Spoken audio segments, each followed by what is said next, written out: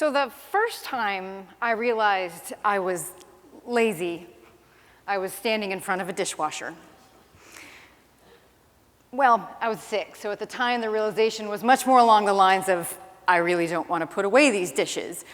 You see, I was a fairly scrawny kid, and my mother had worked really hard to find the biggest, heaviest plates that she could. And so, at least in my recollection, they're about this big and yay thick, which in relation to me at the time, who was about this big and yay thick, this was a hard job. But that day, and I remember it vividly, staring at the racks of dishes in the dishwasher was the first time I remember thinking to myself, there must be an easier way to do this. There must be. And so I started working on that. I had a few false starts, thankfully no broken dishes, and I came up with a system. Stack first. Now, that system may not seem like much, but again, I was 6. So, what did that do? Well, it was the first time I realized that there was absolutely a way for me to spend less time doing a thing I didn't want to do and more time doing a thing I did. Now, why is that important to you? Why am I telling you this? Because we all want things to be easier. And the funny thing that happens, though, for most of us is that even though we want things to be easier, we're really good at making them hard. Now, what do I mean by that? Well, take weight loss, for example. What happens if you've ever tried to lose weight? I'm going to guess at some point in that process, you said to yourself, I'm just not going to eat blank.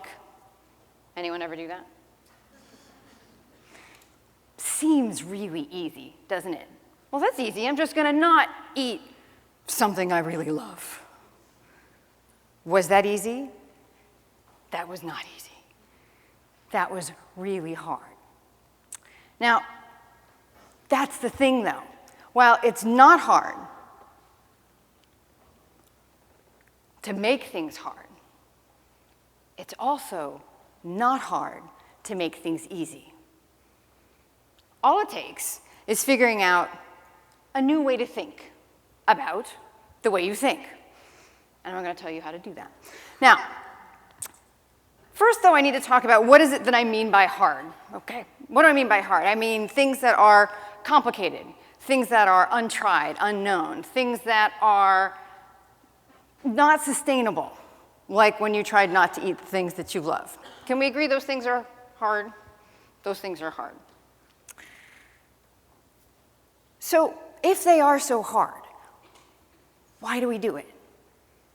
Simply this, because we're told we should. Now, I don't even know what's going on there, honestly. I have no idea.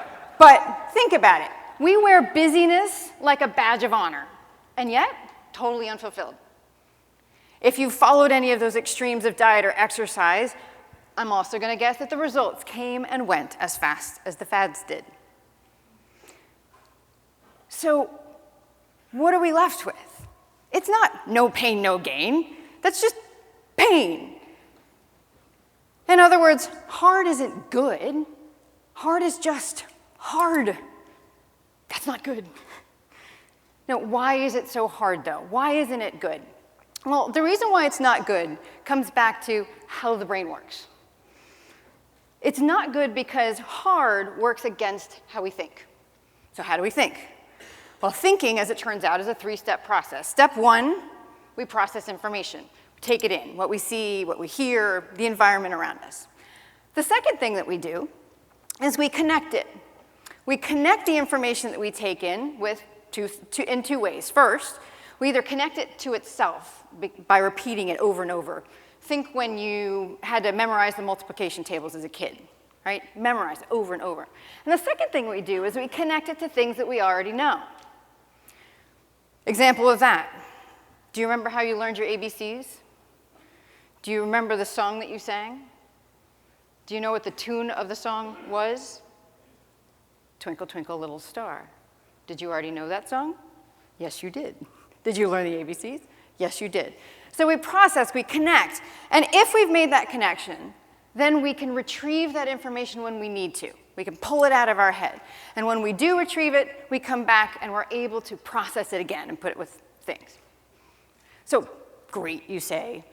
Fine, I think I understand, but this is going to be much better if I show you. And so for this, I need 2 volunteers. All you have to do is read letters off a screen and answer a question about them. And I'm sorry, people in the front row, you're the ones I can see thanks to the lights, so it's going to be you. All right, what's your name? Trish. Trish and? Angela. Thanks very much. All right, Trish, you're up first. What I need you to do is read these letters off the screen, out loud and in order, starting with the X, loud enough so people can hear. X, C, N, I lost my voice yesterday. Oh, I'm sorry. You're doing great. N, P, H, D, F, B, I, C, I, A, N, C, A, X. Fantastic. Here's your question. What letters did you just read? In order? Any order. She's like, oh crap, that's hard. Okay, go. Go ahead. No idea. Any letter. Oh, A. A. C, X. Excellent. A, C, X. She got 3 of them. Fantastic. Round of applause. All right. Now, for you, same question. Read these letters out loud and in order so that everyone can hear. X, C, N, N, P, H, D, F, B, I, C, I, A, N, C, A, A, X. Huh, okay. Same question. What letters did you just read? PhD, CIA, FBI, NCAA, X. Hey. Ooh. All right. All right, do you see what happened there? That was a lot easier. Why was it easier? Because it worked with how you think. Now, did anyone notice those are the same letters in the same order, in fact? Oh. But you see what happened there? Yours was hard because I asked you to process information. You had nothing to connect it to. I asked you to retrieve it, and you couldn't. That was hard. But you look at those letters, you say, I can connect those with things I already know, I can retrieve it on demand. That was easy. Things that are easy work with how we think. Process, connect, retrieve. That works. Okay, so if things that are easy are things that our brain can process, connect, and retrieve, what does something have to be in order for us to process, connect, and retrieve it? This. They need to be simple so that we can process it. They need to be memorable so that we can connect it with the things that we know. And finally, they need to be repeatable so we can retrieve it over and over again. So you see where this is going, of course, that things are simple, memorable, and repeatable are then, therefore, easy. There's some kind of math formula there, I'm sure, but this is what it was. So simple, memorable, and repeatable is easy. What, then, is simple, memorable, and repeatable? What is a way to think that's simple, memorable, and repeatable? Actually, a whole category of ways to think, and they're called frameworks. Now, I'm a huge fan of frameworks, obviously. I'm giving this whole talk about them. But what is a framework?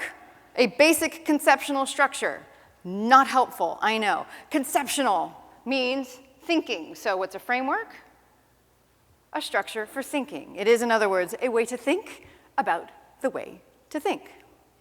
And, as promised, they are simple, memorable, and repeatable. And you know what they do? They totally make things easy. Now, why do they make things easy? They make things easy because they work with the way we think. They take big, complicated concepts and make them simple, memorable, and repeatable. Which means, in many ways, they're like space bags for your brain. And if you take all those big, nasty, complicated thoughts and you squish them down, then you can store more of them away in your head. That's a cool thing to do. That makes things easy. So, can you take any complicated concept and do this? Absolutely. We see them all the time. Complicated concept. What is a brand, for instance? How do you market that brand? How do you talk about that brand? Okay. Frameworks work in business. Do frameworks work anywhere else? Absolutely. You can use frameworks to tell you where to spend your time, what to do with your life.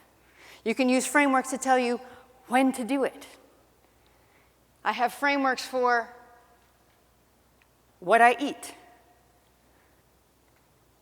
how I run. Well, not exactly like that. It turns out that Katy Perry's Roar is the perfect running cadence song, so. Roar, it is, right? All right, I have frameworks for how I shop, for what I wear. And yes, I'm very brand loyal. These are two of my favorites. Why? Because brands are frameworks too. Prove it. If I say Volvo, you say space bag. That little tiny word holds a whole lot of other concepts right in on top of it. I even have a framework for making sure I put away what I wear when I wear it. Does it work for interpersonal relationships? Absolutely. Sorry, honey, these are all of our deals. These, however, can be summarized as this. And there's even a framework for when it doesn't always make perfect sense. What do I want you to take away from this? Everything has a framework, and it is easy to figure out how to get there. All you have to do is borrow or build. Anyone can do it. Where do you find those frameworks?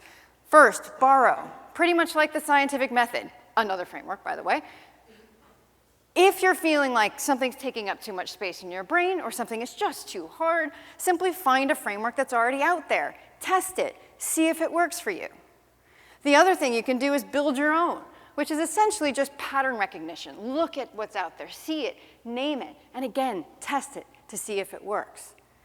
Either way, whether you borrow or build, they do work, and that's the point. What works is what works for you. If it's simple and repeatable and memorable for you, it will work. Now, why is that so critical?